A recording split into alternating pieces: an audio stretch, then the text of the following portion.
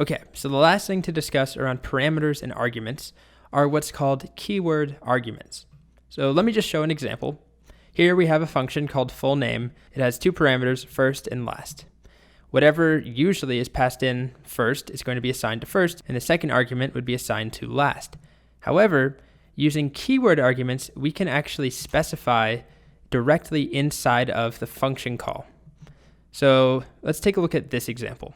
Right here, I'm specifying, let's call full name, and I want last to be steal. The parameter last should have the value steal. Never mind the fact that first is listed first in the function declaration. I want last to be steal and first to be colt. And we get the exact same result as if we had just passed colt then steal. I don't know why I used my name again. It gets kind of dull. So both of these examples return the exact same thing. And also this first example, if we just left off first equals and last equals and just did colt comma steal, would also print the same thing.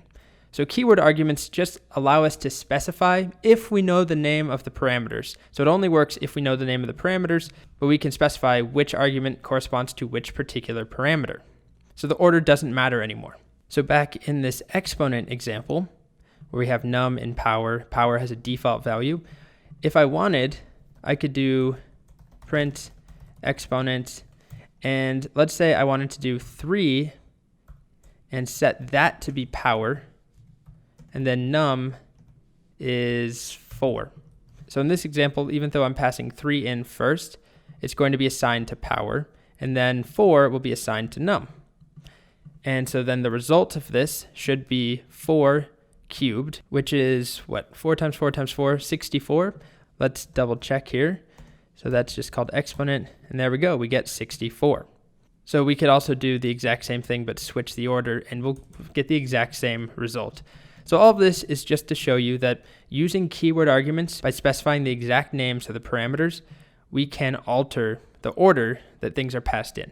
Also, it just makes things, if we look at the function call here, it's very clear what's happening where.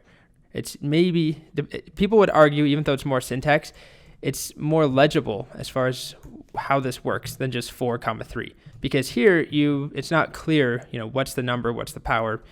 Here, it's very explicit. So let's just double check. We get 64 twice.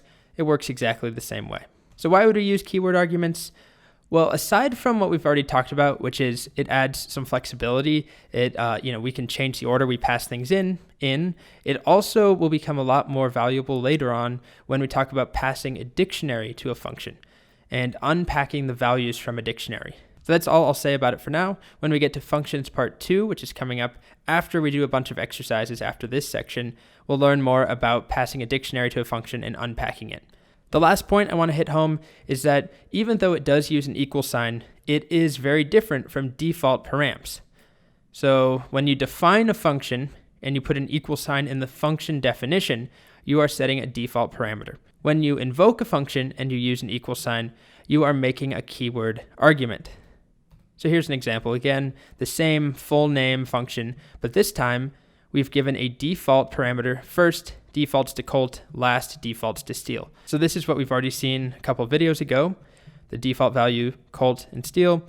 So if we just call full name on its own and don't pass any arguments in, we get your name is colt steal because these default. In this case, we are using keyword arguments, what we learned in this video, where I can explicitly say last is supposed to be enthusiast, first is supposed to be Python. So that allows us to switch the order up. Not that, there's a real compelling reason to do that here, but just to show you, this is different than this. These are two completely different features of Python functions, even though they both use an equal sign. Depending on the context, it makes a big difference. Default values, default parameters, up here in the function declaration, down here, keyword arguments when we actually execute it. All right, hopefully that makes sense.